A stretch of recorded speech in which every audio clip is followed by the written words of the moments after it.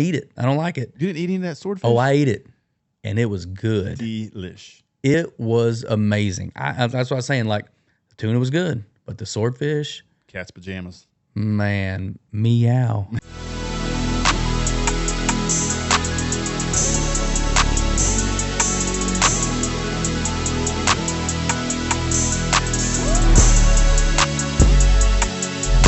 Welcome to the Blueprint. I'm here today with Jeff Sprague, professional fisherman.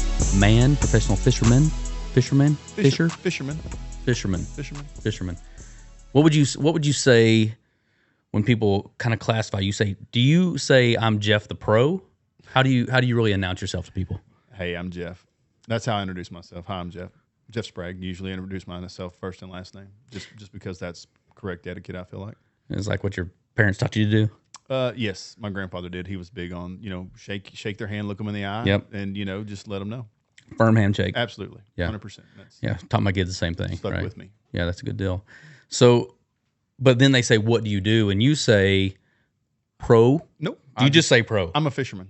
Fisherman. No, I just leave it. I'm a fisherman. The majority of people who follow the outdoor industry, without you, trying to big league yourself or put it out there, they'll know, Okay. Most likely if they've watched an outdoor show or a fishing show.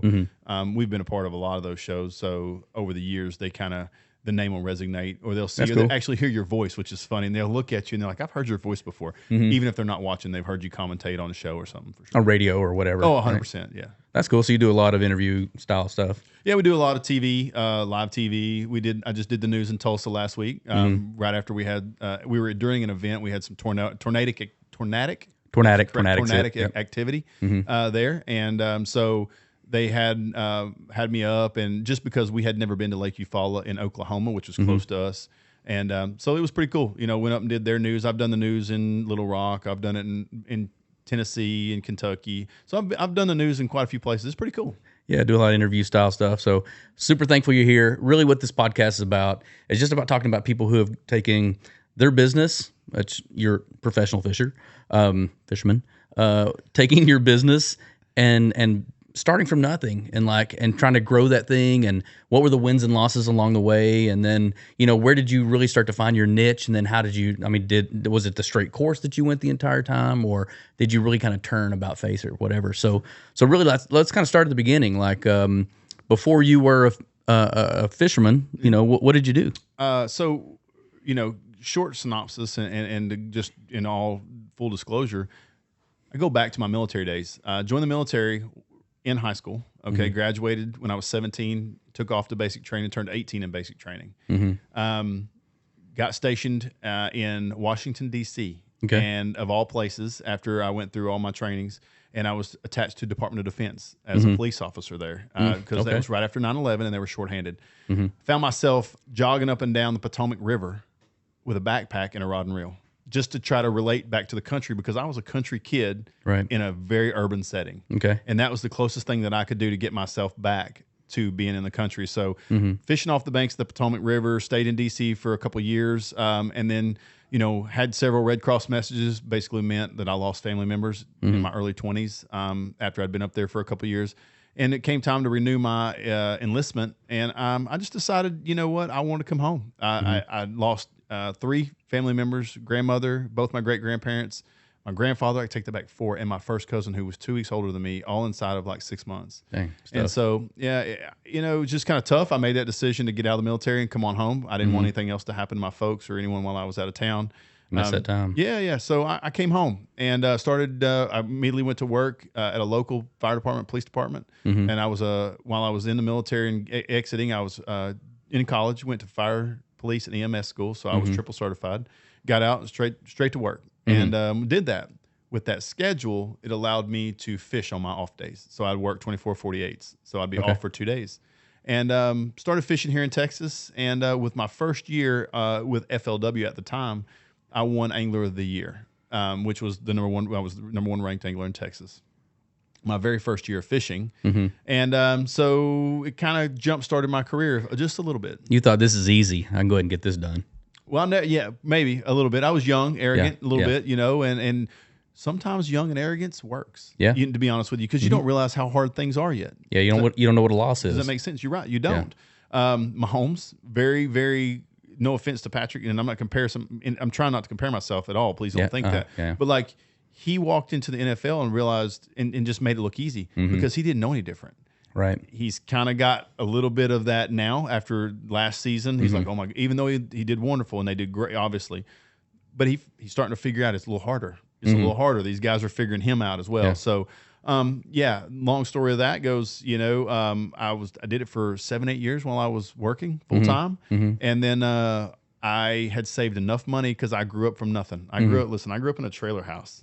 Not that there's anything wrong with that, but my folks did the best that they could. Yep. And, I'd saved almost $100,000. I remember that. And I had my bank account on a spare, and I was like, that's more money than I made working as a firefighter, police officer, EMT, and I couldn't save that, but I did that fishing, and I'm trying to figure out, which way I need to go. But this is not guaranteed money, where my job was a paycheck and I was guaranteed that money. We in society are trained to a paycheck, if you will. If you're not a business owner, you're trained. You're making $3,000 that week and you're good, right? Sometimes now you might go a month with no paycheck, 2 months with no paycheck, and then you might make a big check to cover for the next 6 months. Right. But you have to be willing to take that gamble and risk that. Where is home? You mentioned home being East Texas. Where is that? Yeah, so I live in a little town called Point, Texas. Okay. It's out in the middle of nowhere. It's kind of between Lake Tawakoni and Lake Fork. When I built a house out there, I moved from Forney, just outside of Dallas.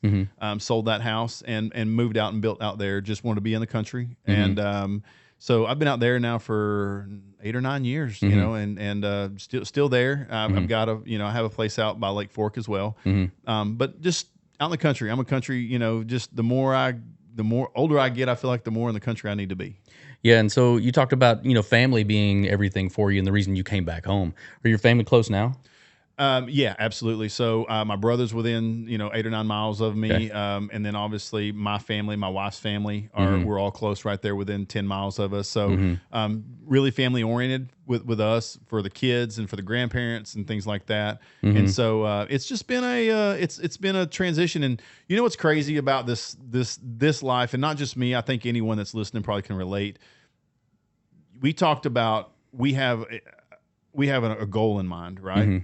And we think we're going to walk straight toward that goal. It never goes that way. 100%. Whether it's an up, a down, a left, a zigzag, a right, a zigzag, you think you're going in that direction, and then all of a sudden, boom. Yep. When I was growing up, I remember watching Lethal Weapons. Yep. You know what I mean? Like, yeah, 100%. Badasses, right?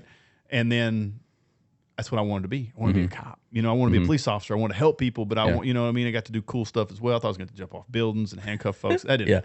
No. But nonetheless, You should have been a detective. I should have been. Well, I could have been. Like, that was the next step, right? But let's be realistic.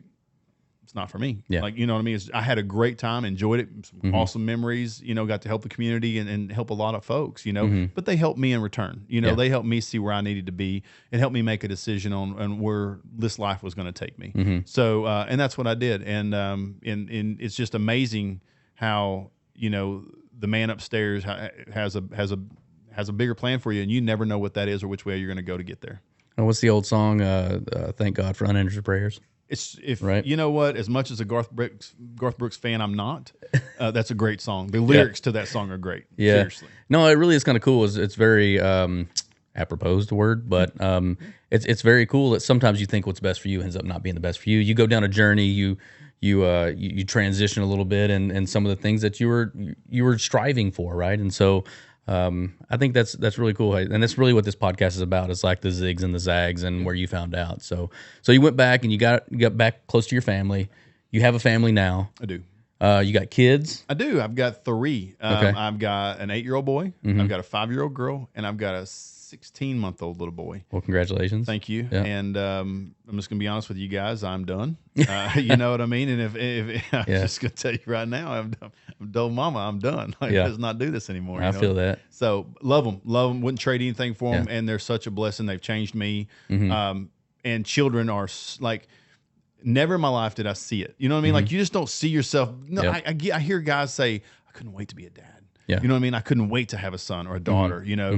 Me, I never saw it. And then when it happened, it's just like someone opened a door and it's like, this is what it's all about. Yeah. You know, so, you know, to the moms and dads, which most of us are at some will be, they'll change your life for the better and without a doubt, you know, and they'll test your patience, they'll test your limits, and they'll show you what you're made of, you know? Yeah. I talk about that being, you know, just a big driver in my life, you know, and like I have a lot of younger guys that work for me, and I talk to them all the time about, you know, that step. Like I can never tell you what it's like to be a father until the moment you have a father. The moment you look in your child's eyes, it's like a page turns in your life and you're just a different human being. Yeah. So, I mean, there's nothing that you can explain to anybody, and you're really just, if you're trying to, you're being silly anyways. But that is definitely a game changer. It is. They're special, you know, and just, you know, my wife's grandmother says something that I always just kind of looked at, but you know, she'd always say, you have health, you have everything, you know, not to get sentimental on anyone, but you don't realize that until you have a loved one with bad health, or someone that you know, or their child has bad health, and you look at your son or your daughter that's walking around healthy, and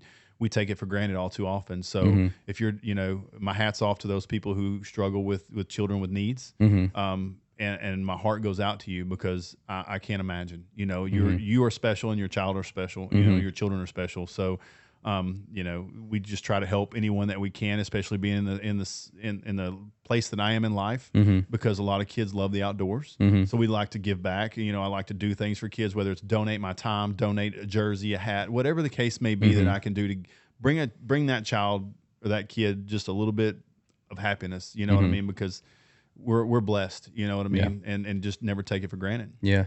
So you're on the road a significant amount, I'm guessing. You know, with tell us what road life and family kind of equals up being. Well, I feel like I'm a truck driver, followed by a part-time fisherman sometimes, you know, because we drive a lot. You follow Oklahoma, where I was just at, was the closest about that we get, 3 hours, and that's crazy close. My next event is in Florida, south of Orlando. It's about 16 and a half hours, almost 17 hours down there. And that one's really not that far. When you start going to upstate New York, 30-hour drives, 29, 28-hour drives, and that's behind the wheel. That's not, you know, sleeping. That's drive time. Pulling a boat, stopping for fuel, trying to get in and out, get something to eat, you know, and eating on the road is tough enough in itself. You have to make sure that you don't eat garbage all the time. You know, it's a lot that goes into it. You see a lot of crazy things on the road. See a lot of crazy just accidents, wildlife, people's cars, the things that people do going down the road. It's, you know, like sometimes you can't get your camera out quick enough to take a picture of it. Nobody's going to believe you if you tried to tell them about it, right? 100%. I've seen caskets going down the road, true story, like in the back of trucks. Wow. I've seen new caskets being pulled on trailers where they bought them from, I guess, Walmart or Costco. Like I've seen horses in the back of trucks. Check out my Instagram, jeffspraguefishing.com. I've got horses in the back of trucks with leaders or with halters on them, going 85. Poor little horse. Like, I mean, just I can't describe to you the things that I see because nobody believe you. Right, you right. know? But it's truly comical, man. Like, you get out and drive, and listen, love Walmart. It is what it is. If you're feeling bad about yourself, go to the camping section at Walmart, pull up a chair, go to the front door, or go to the beer aisle, sit down for 30 minutes, pop yourself open a nice ice cold drink, beverage of your choice, and just people watch. Yeah, I'm just going to be honest with you. I do a lot of Walmart appearances. We set up for Keystone Lights, a partner of mine, Molson Coors, and so I set up this all through July. I do appearances Thursday, Friday, Saturday, and Sunday. Yeah, so I set up for 2 hours, sign autographs, take pictures, and for kids and things and so forth, and adults well, I say kids. We do it for the children, or we give back to the kids that fish, but then the adults that drink the beverage, obviously. That's what it's there for. Hey, it's a wild place, brother. It's a wild place. So you stay on the road the amount of time, like what, 60% of the year, 40% of the year? Is it seasonal? It's seasonal. So we usually start in end of January, and we're done by August. Okay. But usually I'm on the road 3 weeks a month throughout that 6-month period or 7-month period. Okay. So it's quite a bit of travel. Put a lot of miles on a truck, a lot of miles on a boat. And it is, and it's tough on the family, but I do fly my family out to long when I'm gone for a long period of time.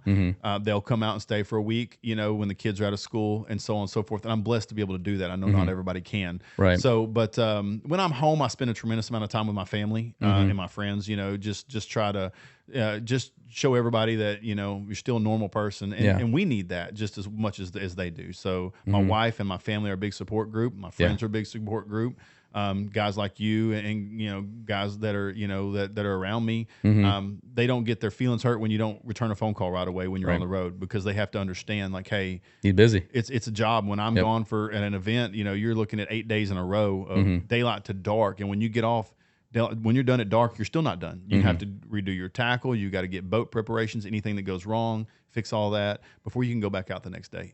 Yeah, we talk about so much of started with family. Started with what the road life was, but so much about all these people that I've talked to have something in common. It's like the backing of their family. Absolutely. And you just can't get out here and do this and spend the extra hours and grind the way that you need to grind without having someone giving you that support on the other side. Can you speak to that a little bit? Absolutely. Going into this when I was in my early 30s, late 20s, when I first started fishing full time, I was 10 foot tall and bulletproof. I didn't need anybody or anything, right? Since then, I've realized just how important those people are that surround me and who help me really are. Meaning, I've had children since then. My grandparents have I've lost some grandparents. I've lost my mother. And those things are hard, and you don't realize just how important they are to you. Your wife is important. Your wife is your rock. When you're, as a man, when you leave your home, no matter what your age is, if it's 16, if it's 26, doesn't matter. 36 for some people. No judgment. No judgment on anyone.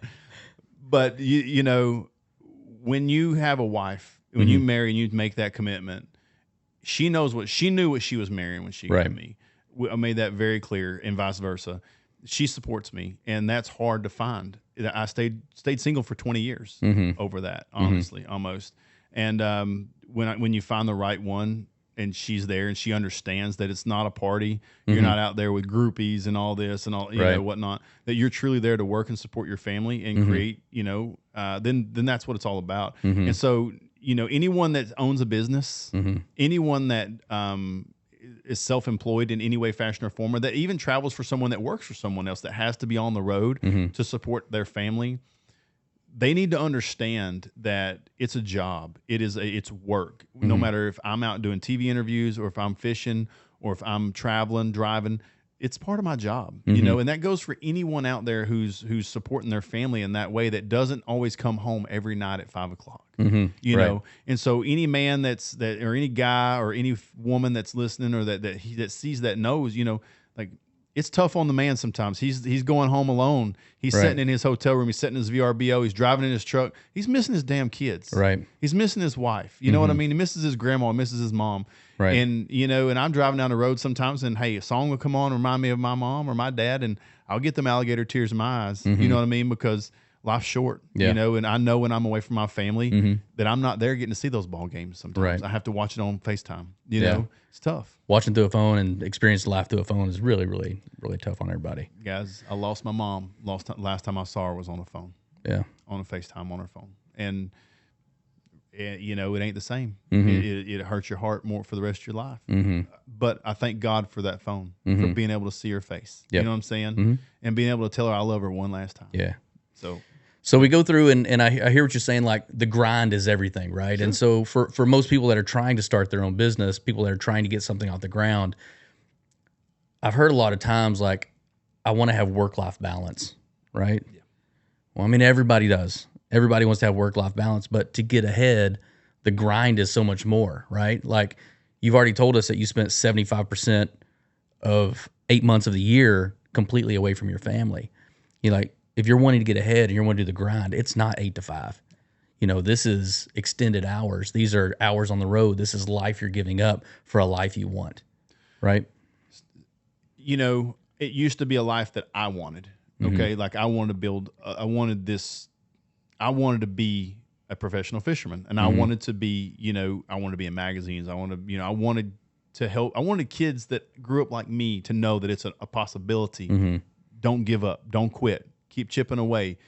God opens doors for you. You know what I mean? Like you just got to be willing to take a right on that path instead of going straight and go through that door and see where it takes you.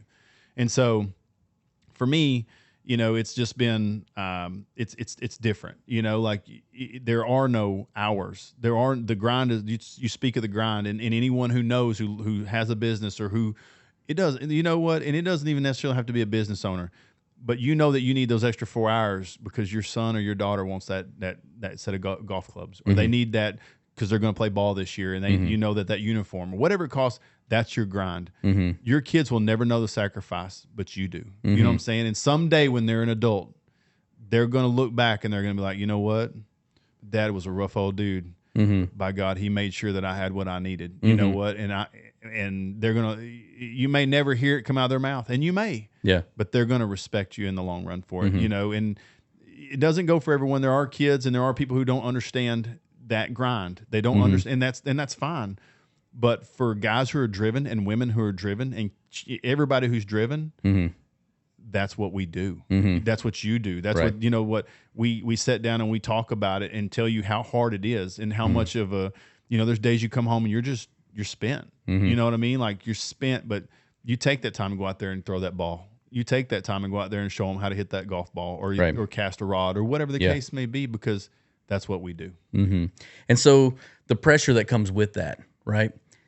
For me, it makes me think, oh, I need to paint something else, or I need to find another company to market, or I need to, put more in and get more business in, right? For you, the pressure is different. The pressure is I need to perform at an exact moment. I'm up against 80 or 100 guys that are feeling the exact same thing that I'm feeling right now, and I got to be in the top 10% of those guys. Talk about performance at a time. How do you really lock in? What kind of tricks and tips do you have for other people that are like, man, I just can't see, like writer's block. People talk about writer's block all the time. Like, I just can't do it when I need to do it. And it's like, what do you do to really lock in when you have to lock in? Obviously performing at what I do is if you don't perform, you get removed. There's a long line of guys right behind me, just like NASCAR, football, anywhere else that's a professional sport. There's a line of dudes behind me that want to get where I'm at right now. And so performing is constantly tuning your skill, constantly being on the water. So even when I'm home, I'm constantly having to perfect my craft. The sport's ever changing. We have to stay on top of the new things that are coming out, new sonars, new baits, new rod, all these things that don't sound like that big of a deal are a tremendous deal, because we've got kids in high school now and kids in college that are perfecting something that I didn't grow up with. They've got a video game more or less on their screens, and they can throw at individual fish, something I wasn't raised with. Right. So even as an older guy now, even though I'm not old, but to those to those guys, I'm old because they're 22 years old. Right. And they didn't have that technology. They didn't have that technology 10 years ago, but they were brought up with it. Right. So it's second nature to those guys. Now I have to go and do it. But to be able to, to truly perform and under pressure is focus, and it's repetition. And it's just like going into a football game, I would feel like, or a baseball game. When you train enough, it becomes second nature. When you own a business and, someone says, hey, we've got a job that's coming up. We need you there tomorrow. And you're like, man, I can't. But can't you? Or do you not want to? Right. Okay. There's a difference sometimes. So I will make it happen. I will direct my attention and I will focus. And fishing is, people say fishing's luck. It's not true. If it was luck, then why would the cream of the crop always rise to the top? Right. Okay. There's the same guys in the top 10s, right. Top 10 in Angler of the Year points, top 10s in of career statuses, stats, and so on and so forth. It's not luck. It's dedication. It's hard work. It's research. It's development. It's just honing your skill. It's like anything else. Whether you're shooting a gun, shooting a bow, driving a race car, right. asking questions at your podcast. You know, you're like, I mean, you know, you're a great podcast to be a part of. You're a great interviewer. You know what I'm saying? Like, you have good questions. You're not just, hey, let me try to put some content out for somebody to listen to. You genuinely have an objective to help other people. Right. 100%. So, and that's one of the reasons I agreed to come and visit with you, you know, is because it helps everyone else. Right. So, and that's part of it. And, you know, just whenever it comes time to perform, whether it be, you know, going to work or whether we go fishing, whatever the case may be, you just literally have to get to it. Like, just block it out and make things happen. It's what you're trained to do. If you're good at anything, doesn't matter if you're laying pipe, you're a welder, whatever the case may be, you don't look at that big old piece of pipe and go, how am I going to do that? You just jump in there and get to work. Yeah. So you speak to luck too. Like, I think that is absolutely correct when it comes to, like, the cream does always rise to the top as people are going through, and the ones that are prepared, the ones that are ready for that opportunity, the ones that have put the hours in behind closed doors, those are the ones that seem lucky at the end, right? Now, the more opportunities that they put themselves in front of, that's when they find luck, right? Because you're going to hit on one of those if you're prepared for it, right? Yeah. So I know that I may sound like I'm a biggest hunter or fisherman just because of my accent. I'm 5 generations from Greenville, Texas, you know, and I thank my grandparents and my parents for this accent every day. I think it's original. I love it. But I'm not the biggest fisherman or hunter. I grew up doing that stuff, but it's not my jam now, right? But I did meet you out, you know, doing some fishing. We'll talk about that in a minute. But when it comes to the luck part of it, you know, being prepared, being ready for that luck, I'm trying to find out what separates someone as a fisherman, what gets them ready, what are they training for? And so I've been talking to some other fishermen, and some of them are saying, like, knowing how to cast, knowing where to shoot, knowing, like, when that bait hits the water, are you scaring the fish or are you dragging it through them? Like, speak to some of those things that are like subtle differences that you practice on. Do you target practice? Do you, like, what do you do? Like, how do you get better? Yeah. I mean, so little things, so crazy stuff like putting your lures in your swimming pool. Okay. Seeing how a lure actually looks underwater, knowing that when you throw out into 8 foot of water and your bait hits the water and it goes to the bottom and you pull on it, that you think your bait is truly coming toward you. It's not coming toward you. Your line is going out, then drops down to the bait. So when you pick your rod tip up and pull, that bait's not coming toward you. That bait's getting lifted straight up off the bottom. And the only way to really know that is to be able to see it in super crystal clear water. So playing with baits in swimming pools and seeing how they react. Obviously, the accuracy of a cast is one of the most important things that I can ask, you know, that I can tell someone who fishes. Like, oh, you just throw it out there and you get a bite. And that's not true. Fish set up on cover, whether that be a dock, whether that be a rock, whether that be grass, whatever it may be. It may be a lawn chair in the water. You don't ever know. But being able to put that bait in a hole the size of this microphone from 40 feet, 60 feet away and skipping it across the top of the water, that's the difference between a professional angler and someone who's just out fishing. You can cast at the corner of that dock and you may land 3 foot to the side of it. That will be the difference between you not catching that fish and me flipping up there and it landing right next to that dock pole and sliding right down and I get the bite. The fish are just educated. They're smart. And if it's not natural, they're not going to eat it. So being able to understand what your baits look like in the water, whether it's a topwater bait or whether it's a bait that goes under the water, and understand how deep they go, what kind of action that they have, whether it's a vibration, whether it's a subtle bait, meaning like a bait that just glides through the water, doesn't make any noise really, or if it's a bait that makes a bunch of racket like a buzz bait going across the top of the water, and then understanding what conditions to pick those baits up and use them. You'll hear me harp on it when I do interviews, time on the water, spending time on the water. And you talk about what goes on behind the scenes when you're prepared, the guys who get lucky at the end of the season and are in the top 10. Right. That's not luck. That's guys who spend their time at home with their kids or by themselves or whatever the case may be, perfecting their craft, figuring out like, hey, when you get a rod and reel, and I'll just say this, when you get a rod and reel, every rod and reel is different. Right. Okay. So when you get a tell me how. I don't know that. So we have different gear ratios, meaning that takes up different amounts of line on your reels. Okay. Different handle sizes, different frames on those reels. Your hand fits it differently. Be like picking up a baseball bat that's got a different barrel on it, or a different tennis racket that's got a different sized head. a different golf club with a different open, with a different wedge or something that you've never hit. Okay. You can't hit it just like you hit the one in your bag you've been 100%. hitting for 10 years. Because you're tuned for those. Yeah, that's right. So a guy, that gets out and it spends time with his equipment and understands how his equipment operates, can skip, can flip, can pitch, and put it in a little bitty spot where those fish are going to be. Fish like to hide. They like to get behind something. Even if it's a stalk of grass right between their eyes, they feel like they're hiding behind it. It's weird, but it's true. I've seen it. Crappie will do the same thing. They'll put their nose to a pole. They'll get in a line. It's just their natural instinct. So understanding the fish, understanding where the fish will set up, and understanding what bait to grab. If it's windy outside, know that you can throw a spinner bait or a buzz bait or a crank bait. And then when it's subtle, that you need to be throwing something that doesn't move a lot of water, like a fluke or a Cinco or something really slim and sleek that slides through the water that doesn't give off a lot of vibrations. These are things that we learn over lengthy periods of time and ways to rig them to make fish, to trigger them to eat.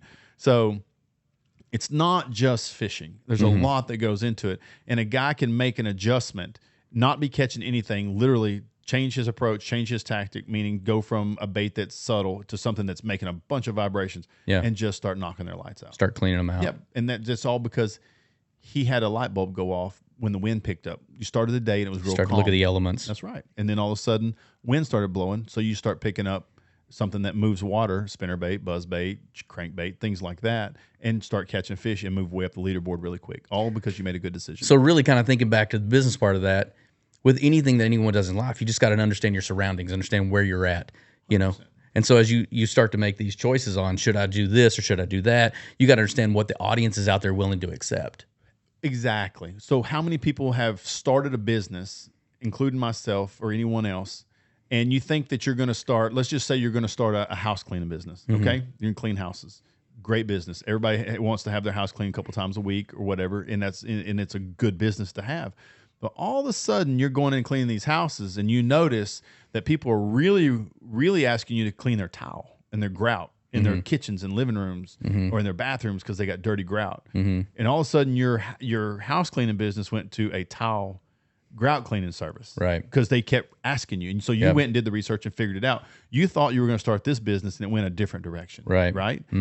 That is exactly what this is about. It's just like fishing, and it's just like anything else. You have to be able to manipulate and recognize an opportunity and change and go with it. Or even the opposite effect of that, right? You get out and you start casting, and it's like, this is my favorite lure. This is the one I like using. Ain't working. And you are forcing it, and you're like, I don't care. I like throwing a spinnerbait. I like this red one that does this action, right? I like that vibration, that sound, because it's fun to reel in, right? And it's like, I can throw this one the furthest. But you keep forcing that, and then no fish are biting, right? And so kind of taking that and putting that into business, it's like, man, you got to be able to adapt. You got to be able to find the things that are out there and adjust to those in the marketplace, because just because you love it doesn't mean it works. It doesn't work for everything or everywhere in every scenario. And my life is full of one-liners from movies. Yeah, me too. That's just my brain doesn't hold very much. My capacity's low because it's full of one-liners. You better not touch my drum set. Don't touch my drum.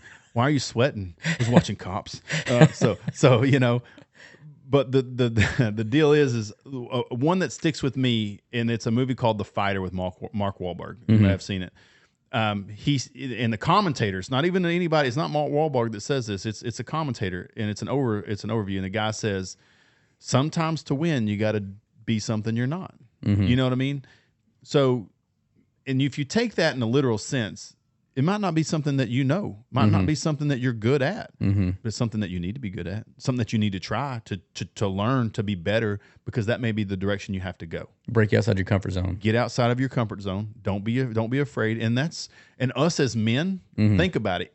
As a man, we get set in our ways. Like, dude, whether it's with our wives, whether it's with our kids, whether it's with our trucks, whatever it is, right? We're set in our ways. I'm not buying an electric truck. Like, I'm just not doing it. But I'm just saying. Well, you're not making it to New York on an electric truck, just for the record. By the time I charged it to get there, you know what I'm saying, I'd burn enough generator diesel to.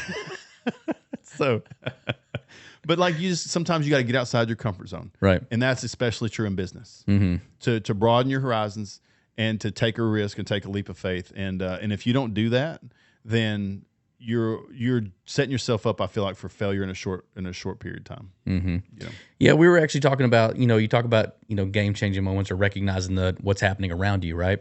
So I'm sitting here thinking about, we were talking to my guest last week, and it was about, AI and things that are happening in the world, and artists are freaking out about this. Crazy. They're like, oh, they're taking our jobs or whatever. And my point of view and his point of view was, hey, these things are happening, right? You can get in line or you can get out, right? So you have to be adaptive to the situation to understand what in the fishing game has happened that has been a complete game change. And you thought, man, that's some crap. Like, I can't believe they're actually just like telling us where the fish are. They're doing whatever. Like, what's happened? So anyone that keeps up with fishing nowadays knows that forward-facing sonar is the latest and greatest craze in fishing. It started for crappie. Basically, what we have is it's like a sonogram. Honestly, it shows the air bladder of the fish through the water, and hey, we get a return, and we can point that sonar towards something. And if it's a car, it'll show me a car. And if it's a human body, it will show me a human body underwater. It will show me you. Like, if you're like, we've located deceased folks with our sonars a lot. Wow. So forward-facing sonar is the newest thing. So now you can actually target individual fish with your forward-facing sonar, and it's changed the game of bass fishing. You no longer have to go fish docks. You no longer have to fish rock piles. You no longer have to fish points. You no longer have to fish dot or whatever it is. Mm-hmm. Yeah. You can literally go out and just start trolling down and looking on your panning back and forth with your trolling motor and looking on forward-facing sonar, find a fish and throw to it and try to catch it. Mm-hmm. That's what guys are doing. Well, it's changed the game of fishing, whether it's catfishing, bass fishing, sand bass, white bass, hybrid, walleye, whatever it is that you fish for. And a lot of older guys are very disgruntled about it. And I'm not too keen on it myself. However, I have to adapt until they make a rule change on that. I have to go and learn to do that, because those young kids that are doing that is something that's never been done. Those fish have never been targeted, so they're catching the daylights out of them. And so they didn't have to know all the tips and tricks and everything that you guys had to know with scouting and everything. They get out there and play a video game. 100%. They don't have to. You don't have to understand shad spawn, brim spawn. You don't have to understand bass spawn. You don't have to understand mayfly hatches. You don't have to understand structure relation. You don't have to understand water temperature, clarity. You don't have to understand any of it. You literally can drop your trolling motor or idle around till you see if some balls of bait, and then drop your trolling motor and start looking for fish and catch them. Right? Wow. It's a different style of fishing. It's not that it's not fishing. It's still fishing, but it's a different style of fishing. And it's something that we're not accustomed to. And they can catch a lot, and they can catch big ones, because all fish have to go somewhere. And a lot of times that's a safe place for fish. It's been a safe place for fish since the beginning of time. Nobody's ever been able to get out there and fish for them because we didn't have the technology. We didn't know that's where they were at and how they sat up. Now that we do and we see it, those fish are unmolested, and they're unpricked on, whatever you want to say, and they're easy to catch. And it's really putting a lot of older guys out of the game. Is it because they don't want to do this? No, it's because they learned how to do it. And we as professionals now, right? YouTube, fishing shows. Yeah. Back in the day, as early as 10, 15 years ago, you could lie. You could lie about whatever you wanted. I could say I caught them on something and never threw it. Yeah. And have it on my deck of my boat and have them take pictures of it, and that's what I tell you, right? Yeah. Those days are behind us. Everything that we do is we have a camera boat with us. We have a boat official with us. They're video recording everything that we do over our shoulder and putting it on live TV and putting it on live access to your internet on your phone on Major League Fishing or whatever it is. So you can't hide it, right? Those kids have been watching us do things, and they have actually figured out and done things differently and figured out the forward-facing sonar deal and taken it to another level and are really, really good with it. You're saying they just jumped on technology early when everybody else was like, 100%. I'm not dealing with that. I've done it. I know what I'm talking about. It's like scouting. It's like Moneyball that came out. Remember when Moneyball was out and they're like... 1,000%. Exactly. Who goes back and breaks the cycle of baseball and says, we're going to go through this through a statistic versus a actual person? They're not going to look at you as a person. I don't care what you look like. I want to know what your stats are. How do you produce? You get on base more than he does, I want you. I don't care how you get on base or what you do. Just do what you do. I don't care what your swing looks like. No, it doesn't matter. Doesn't matter what your pitch looks like. Yeah. Just keep doing what you do. If I put your stat in at this time and I know when to plug and play you, I'm going to beat you. I'm going to beat the Yankees. I'm going to beat whoever it is, right? Yeah, 100%. Yeah. So are you... when you say this is going to change the game completely, or has changed the game completely, and you say some of the older people are kind of falling out, is it just, not to put you on the spot because I know you're friends with all these people, but is it just being stubborn that you wouldn't say, I'm going to go ahead and learn this technology? A little bit. Yeah. Okay. It is. It's so I feel like in bass fishing right now, everybody has a platform to stand on. Okay. Social media. Yeah. Which is, in my opinion, I do not care for social media. Like because everybody's life is perfect on social media, right? We all know it's not true. Sure. 100%. Like, you know what I mean? Like everybody's kids have problems. Everybody's, you know, you and your wife have problems here and there. Like it's just the reality of the world, you know? But it's easier for me to get on your page or someone else's page and say, I don't like that guy. Yeah. I don't like this guy. You know what I mean? For what reason? You don't know him. You maybe he said something off color, or maybe he had a bad day and you judged him completely on that, right? Right. And but yet your comment is out there for the world to see. But you don't know him. Yeah. Or you heard something through the grapevine that may not be true, or may be true. Who knows? You don't know. Social media gives someone a platform to go and bash. I can go on LeBron James's website or and just bash the daylights out of him. Right. Don't know him, never met him. The only reason I'd know him is if he'd be big tall dude next to me. Yeah, flop, flop, flop, flop, flop. So, but I'm just saying, you know, that's why I don't care for social media. Those types of things. Now, it does have a lot of positives to it as well. Yeah. It's helped a lot of people. It's helped raise money for people. It helps people deal and cope, you know, and they can get their feelings out. And there's a lot of people it prevents suicides, you know, so on and so forth, because there's communities and there's reaches like, hey, do a brother check, you know, my veterans, my friends who are veterans and so on and so forth. So there are positives. But unfortunately, the negatives is what people are drawn to. Yeah. Just like the news. People watch the news, they think the world's ending tomorrow. Yep. Stop watching the news. It's not real. Yeah. Like I'm just telling you, there's nobody censoring what these people are feeding you guys. You know what I mean? I've been a part of the news many, many times. Yep. And they get it wrong and there's no one to correct them. Yep.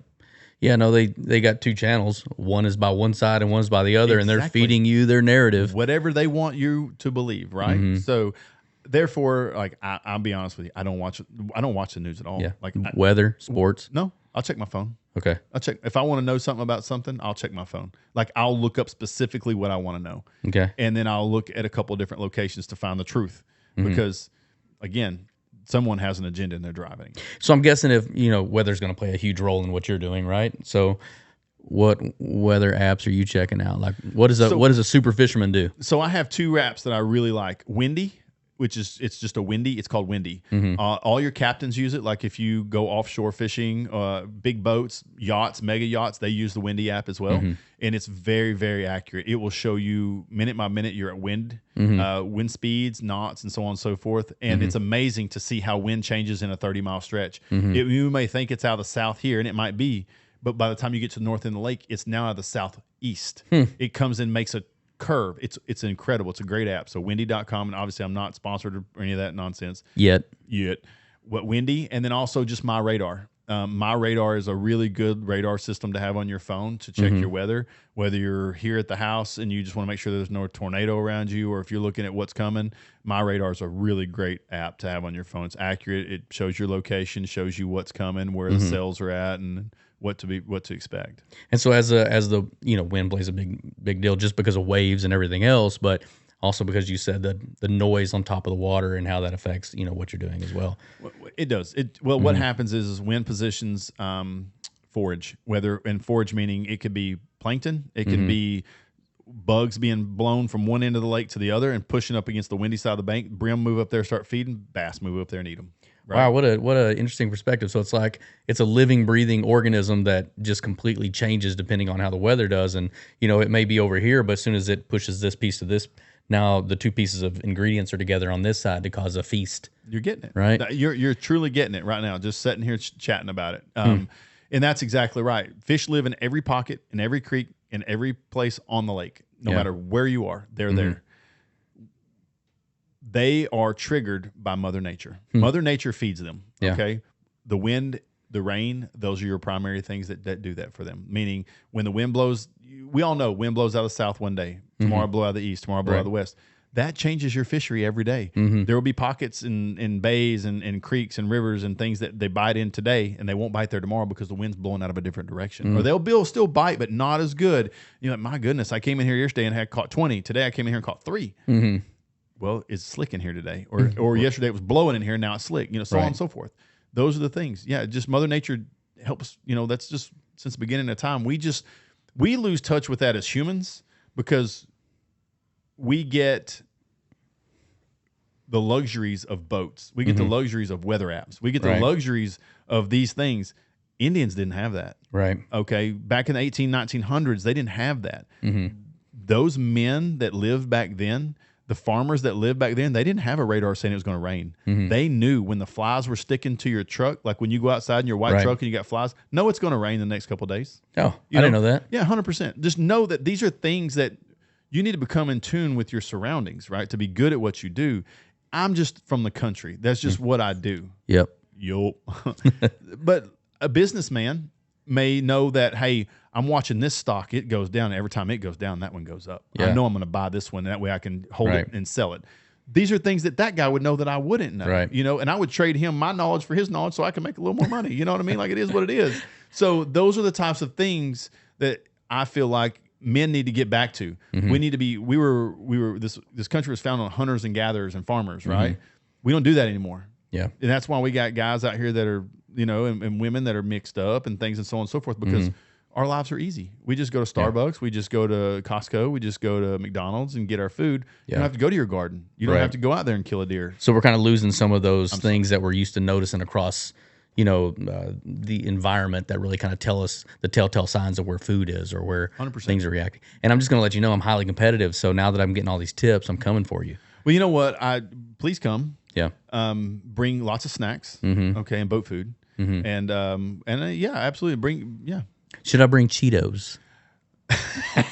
If you bring Cheetos, please bring a Ziploc bag to put them in so they're not spread across the boat once we get where we're going. Oh my gosh, I felt so bad for that first mate. So if you guys don't know, well, of course you don't know, Jeff and I met Jeff on a fishing trip, and we just hit it off from the get, right?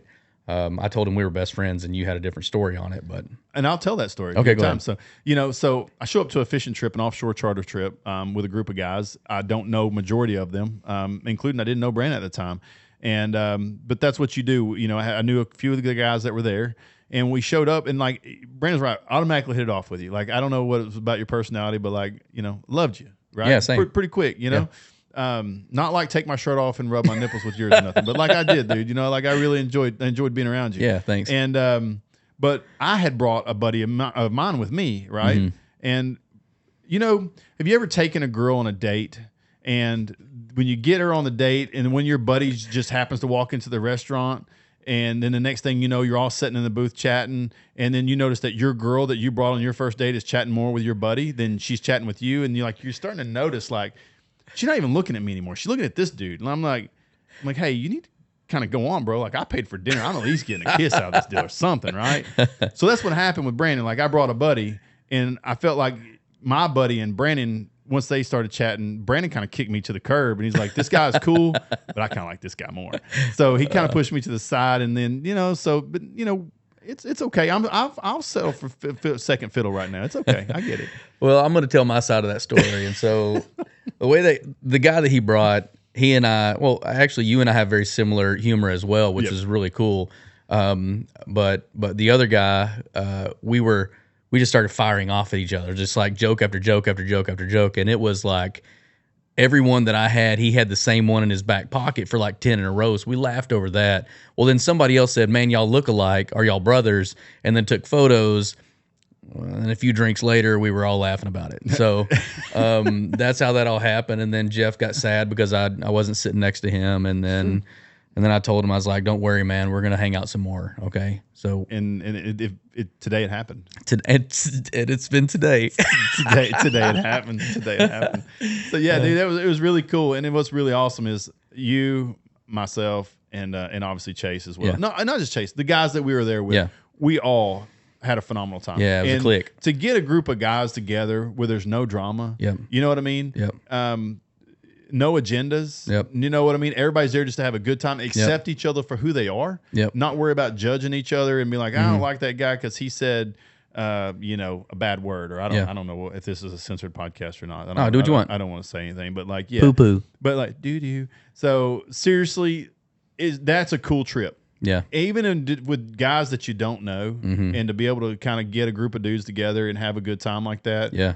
Renews your faith that there are good humans out there in the world, you know, because dude, listen, you guys all drive to friggin' work in the morning, you know, you drive home at night. How many times you want to strangle that dude that cuts you off, or that chick that ain't paying no attention, putting on her fake eyelashes and her big fingernails, or whatever the case may be, or the dude that's on a cell phone, taking a selfie, sitting on Snapchat. I don't know what he's doing. Really, I don't. Yeah. But like, sometimes it's good just to get out there, and so I've really enjoyed it. You know what? Yeah. I made some new friends out of that deal, and I'm excited about it. Really. Yeah. No, I mean, I actually talked to that same group of guys, and I said, hey, I want to make sure that we do that again. Been one of my favorite trips. Would love to go out and do that here pretty soon, but actually get away. You know, and because I do feel like there was like this is kind of kumbaya here, but I do feel like there was a really nice tie between everybody that was there. Like you said, man, I'm drama free. I don't like that mess. No. Don't bring drama my way. Just for the record, whoever you're at, don't bring drama my way because I ain't biting. But you know, so do you prefer pond, lake, offshore? Because we went offshore. I know you do a lot of lake fishing as well. So you know, I helped you catch that swordfish that time. You were struggling so bad. I wish I could show the podcast right now how you really helped me. Man, it was so crazy. Like, he was sitting there, he was reeling in. He looked at me and he's like, can you cut the camera off because my arm is gassed? I can't do anything else right now. I just need to take a break. And then you take over, Brandon. And then when the camera comes back on, I'm going to jump back in again. And then I'm going to hold it up for the camera. And I was like, sure, I'll be your body double, I guess. And so that happened. That's exactly how it didn't happen. Yeah. But I mean, if I had time, I would tell my version of it. But I do feel like I was glad I had multiple pairs of pants on when I was bent over. Because that was definitely not me. Every time. This is definitely not me. But you know, to answer like the seriousness of that, like, let's be real. I love to take people fishing at ponds. Cool. Get them hooked on fishing. You know what I mean? It's a great place to get your children, get your kids out there. You can catch fish, brim, bass, crappie, catfish, whatever it is that's in the pond. Easy to catch them. Great time. I enjoy that. And then I enjoy lake fishing. Obviously, that's my job. But for me to cut up and get away, let's go offshore. And that's what we did. You know, that's what we all kind of set up together, and we all went out offshore, went off, and we caught tuna, swordfish, tremendous eats as well. You know, great food, great groceries. And, you know, now my question to you was, how many times did you get sick on that boat? You know, actually, I threw up one time while we were on that boat. I wish it would have been way more, because I think when I held it in, it was a 24-hour hold on. Because some of the other guys were like, you know, over the side of the boat the entire time, and I really felt bad for them, and I thought I was going to kind of tough it out. I really should have just done the same thing. But one of our buddies got sick and literally would throw up out one side and then turn around and eat a burrito trying to settle his stomach, and then right back out the other side. But I'm going to be very honest with you. Like, if anyone ever goes offshore fishing, don't wake up at 5 a.m.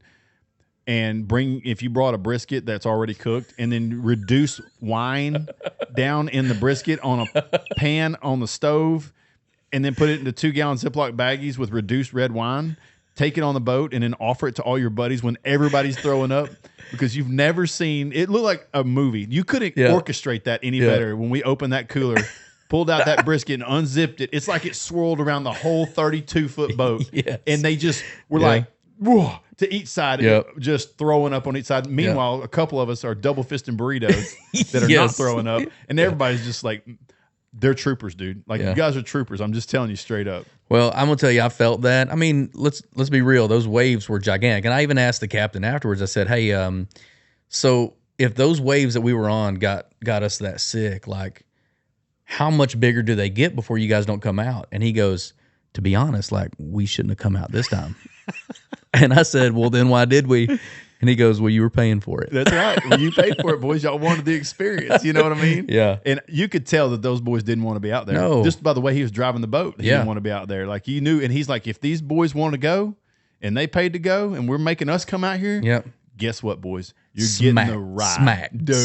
Smack. And didn't cut us no slack. Dude. No slack. I was beat up on the way down there, man. It was just out of control. Well, just so you know, 8 to 10 foot seas is what we were out in. And if anyone knows about the seas, 8 to 10 foot seas are enormous, right? Like you don't go out in 8 to 10s. Like there's no reason to go out in those. Just wait, right? Yeah. We went the next day. Did we not go out? And it was slick as slick. It was awesome, amazing, and we had a tremendous time. Did we not? That was, and I actually once we got back from that, I was like, I'm not going to go back out today because I just now feel right. Yeah, you know. Yeah. And I'm like, I'm just going to tell them. So I said I'm going to go down and I'm going to talk to the captain again and say, are we even remotely close to the same waves as yesterday? Because if we are, I'm going to hang out. Yeah. And if we're not, I'll take a gamble. And he's like, no, it's going to be perfect weather, whatever. So the funny thing is as we went out there and started, took that trip to go outside, like it was slick the whole way. It was awesome. It was beautiful, but we could never find bait, right? And we're sitting here trying to find bait, and all these other places. Yeah, and all these other places were like picking bait up and running, right? Yep. And so then we go out a little bit further, and we have just enough just to get out there because we have to get out there and fight everybody else for the spots, right? And I don't know if you guys have done that before, but it's this big circle, like you catch and you drift in and then you drive back out and you catch and you drift in and whatever. It's a cycle, like a toilet bowl around where fish are gathering next to the oil rig. Yeah, big oil rigs, offshore. And so we're doing that. And so we run out of bait. We catch 3 or 4 that day, tuna. I probably caught all of them, I think, but... when they were jumping out of the water and I was like pulling them back in, one jumped up and I grabbed him by the tail. Do you remember that? In midair? Midair. Caught him right over the top. Yeah, took a bite out of him and threw him back. And then spiked him into the well. Yeah, that was like, it just happened like that. But then our captain kind of looked at us and said, hey, look, we're out of bait. Do you guys want to go try some swordfish? We were like, yes. What are you talking about?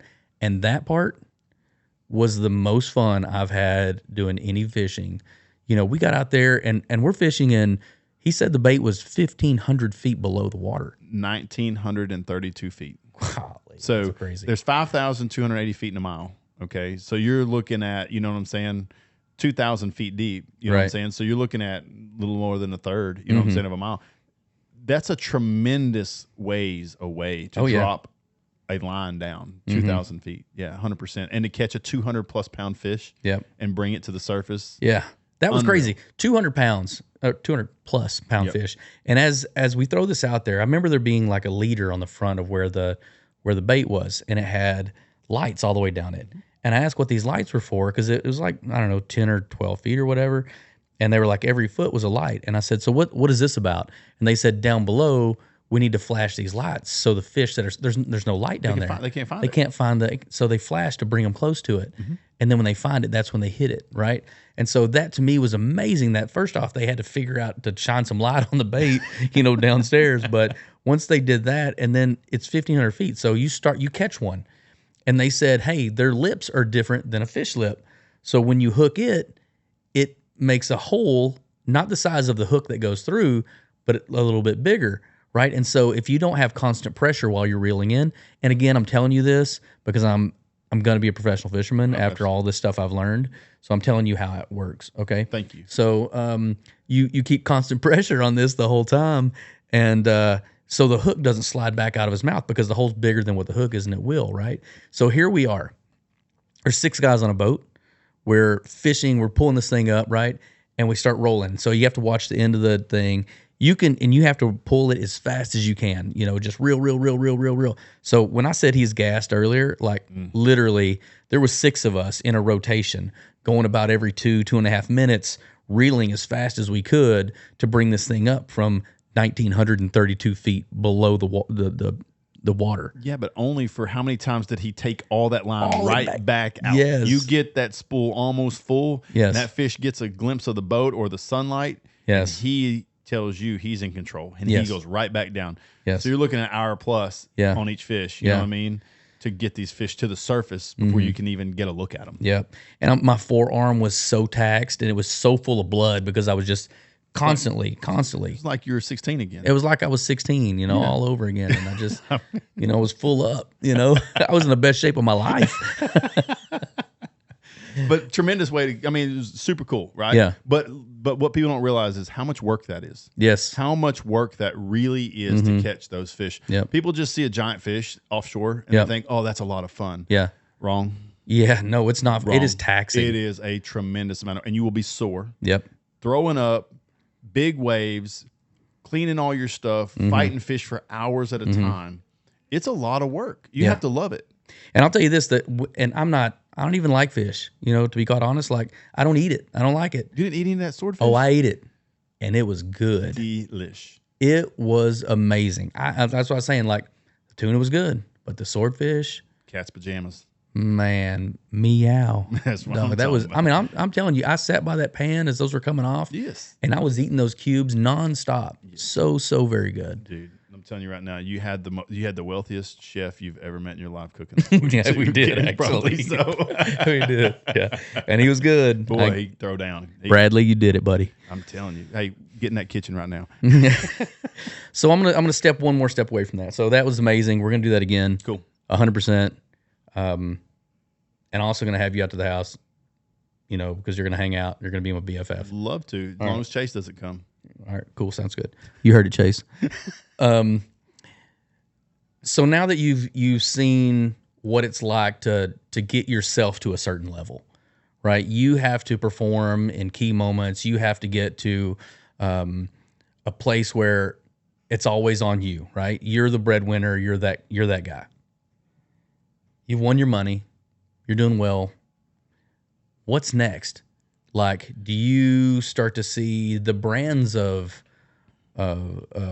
what you dream up coming up? Like, Yes. like how do you take that? I've made this. Now I need to take this and break it up and turn it into something. So the way my mind works is I've been in the fishing industry now for 10 years as far as professional, and I've accomplished a lot of really cool things. I've been around a lot of things, and I've been a part of a lot of different things.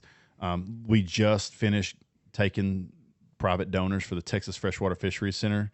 A lot of billionaires take, fishing, and they donated privately to fund the Texas Freshwater Fisheries Share Lunker program to get it renovated. We just finished that 2 weeks ago. And so having a bigger picture of where you want to be, what do you want? Do you want to have a legacy? How else do you want to do it? I don't want to be a competitor. Okay. I would like to, with my knowledge and my understanding, we're looking toward branching out into a fishing industry company in more than one way, whether it be fishing products, whether it be apparel, something to help protect your skin from the sun, UV rays. Skin cancer is a big deal nowadays, and then having a cool brand and giving back, and being a part for veterans and for those people who are up and coming, and to be able to have that and then have the up and coming bait. So I want to, and we are working toward getting, additional our own brand out in the market these days. So look for that in the coming months to be released, and we're really excited about those things that are coming down the pipe, because ultimately once you've traveled and seen the things that we've seen and been a part of the things that we've been a part of, we can truly help people. And that's what it's all about, is helping people become better fishermen, become better outdoorsmen, and to be and protect themselves as well, and not and not just be a fisherman. And that's just the way my mind works, is I've done this long enough now to truly be one of the best in the world through world rankings, and to know what can really help people. And so that's what I'm looking forward to doing next, is really branching out into our own outdoor industry and our own product lines and so on and so forth. Will be from rods and reels to baits to sunwear, so on and so forth. So a lot of big things coming down the pipe. We're excited about it. Well, that's awesome, because I know a super awesome marketing branding company real close to home. We're looking. We're actually looking for one. No, I think we got I think I know a guy. But here's the deal. I'll have to ask Chase if he's available. Oh man, all comes full circle. So when you get into that, are you looking to get into like a Me Too things for like lures and stuff, or hey, they did this, I can do this better? Or are you looking to say, like, I figured something out that doesn't exist yet that I'm going to change the game with? A little bit of both. Okay. Honestly, a little bit of both. There's some things out there, wheels have been round since the beginning of time for a reason, because a square wheel Sucks. won't roll. It just sucks. So you can't go and necessarily reinvent the wheel, right? However, we can improve on them. All right. I mean, we've tried that with 22s, 24s. Yeah. But we always go back to them 18s with them 35s, right? I'm just being honest, right? Yeah. Let's just be, it is what it is. So it's not that you necessarily want to reinvent the wheel, but you want to be able to make it a little bit better. And then if you can find it to be able to help people as well, like I said, little things that protect you from the sun, little things that make your life easier on the water, whether it's the way that, whether it's fishing line, whether it's a lure, a new design on an old lure that makes it better, more user friendly for someone. Those are types of things, because fishing is not just a basic thing. You're not out drowning worms. You're not out there just throwing out catfishing. There's nothing wrong with that. I grew up doing that with my grandmother and my dad. But the fishing that I do, the fishing that people are aspiring to be, that watch the YouTube videos of us and all of our TV shows, they want to know how we do it and what they can do it with, and to be able to provide that, that's the next level for me. Okay. Well, that's cool. So where can people find you if they go to look for Mr. Sprague? Well, despite popular belief, it's not at the bar. No, I'm just kidding. JeffSpragueFishing.com, both on Instagram, social media, YouTube, any of that stuff. It's all available.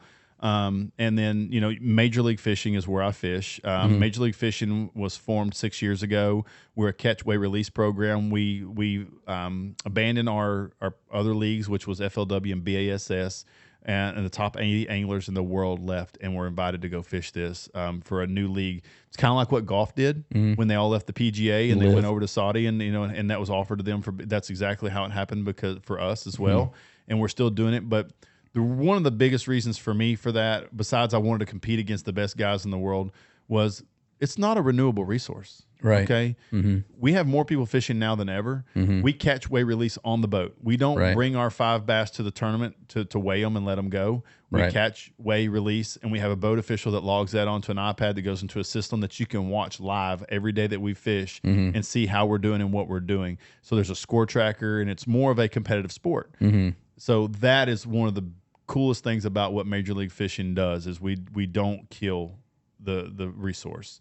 Not going to take anything away from anybody else that has fruit jar tournaments or Tuesday nighters or working mans or whatever. It's the way I grew up doing it. But I truly hate killing fish if I'm not going to eat them. And you have the resource to have those people on the boat right there, so they can capture it, weigh it, do all that stuff without harming the fish, which is more beneficial to the lake anyways. 1,000%. Right. And truthfully, I look for the future to honestly lean toward, if you're not going to catch those fish and put them in your live wells for your creel limit to eat at the end of the day, that it will be a short period of time before states, municipalities, conservation programs say, hey, look, we want you guys to come and fish, but we don't want you to put them in the box. We want you to catch them, weigh them, and release them on the boat. Right. Because in Texas, it's not that big of a deal, because we can grow a fish to 2.5 pounds in 2 years. When you go to Michigan, or when you go to New York, or when you go to Pennsylvania, the northern states where it gets cold, those fish are 15 plus years old for a 5-pound fish. Wow. Yeah, they're old. So when you kill a 5-pound fish, you just killed a 15-year-old fish, and it's not your fault always. Those fish fight till the death, and when the water gets warm, it's harder on them. That's why we kill so many. Or anglers kill so many when they hold them out of the water and take pictures with them for lengthy periods of time. Take a quick picture, put them back in the water. You hold them out for 5 minutes. My best comparison is, hey, you get into a fist fight with someone, okay, and you know that if that person beats you, they're going to kill you, right? So you're going to fight with everything you have, right? Okay, now imagine fighting for 45 seconds, and then someone holding, you're gassed, you're out of breath, and now someone holds you underwater, you as a human holds you underwater for 3 or 4 minutes, taking pictures with you. Then they just take you back to the surface and let you go, and like, here, get back in your truck and drive home. Not gonna happen. No, I'm just saying, you're gonna kill them. You give them brain damage. Same thing to a fish. It's the best way I can relate it to anyone. So when you catch one, you want to take a picture with it, it's cool. Even if your children want to take a picture with it, it's cool. Put them back in the water, hold him in the water, and then when you're gonna take a picture, and then put him back in the water, hold him. You know what I mean? And then get him back out. Don't hold him out for 3, 4, 5 minutes taking pictures with him and let him go thinking he's going to swim away and be okay. He's not. So it's not just the oxygen thing, it's the temperature change as well. 100%. 100%. When you dive into a lake, everyone's dove into a lake before, and you dive in and you're like, oh, it's warm. You dive down 3, 4, 5 feet and it's cold. that's where those fish come from, that cold water. They don't come from that warm water. And when you bring them through that thermocline, that's what that is, the thermocline in the water, and you bring them through 80-degree water and they just came out of 60, and then you hold them out in the 90 degrees, and then you turn them loose in that first 3 to 5 feet, and they have to swim through it. Yeah. They can't get their breath. Yeah. There's no oxygen there. Yeah. I saw somebody the other day put one back, and just as soon as they put it back, they even kind of, did back and forth and kind of held him by the mouth and did this just to kind of get water flowing, going through their body and their gills and everything too, right? So they could reacclimate him as soon as, and it took 6 or 7, 8, 10 seconds, and all of a sudden that fish came back to life, right?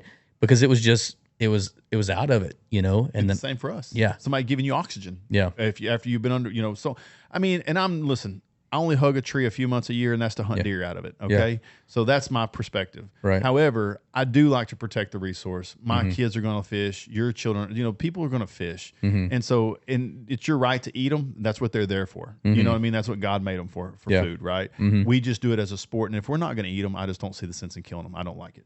100%. Well, I want to thank you so much for being here. Thank you for being a part of this. One of the best guests we had so far. So, oh, that's cool. Is that because I kept my clothes on or what? It was just because you talked a little bit. Oh, I'm sorry. Most of the other ones sit over in that chair over there and they're a little nervous to talk, and they don't say anything at all. I'm lying. I'm just really beefing you up right now. So, wow. Yeah. Well, you did good though. Well, thank you. I'm really proud of you. I've got a face for radio. Got a face for radio. No, you did great. Super thankful.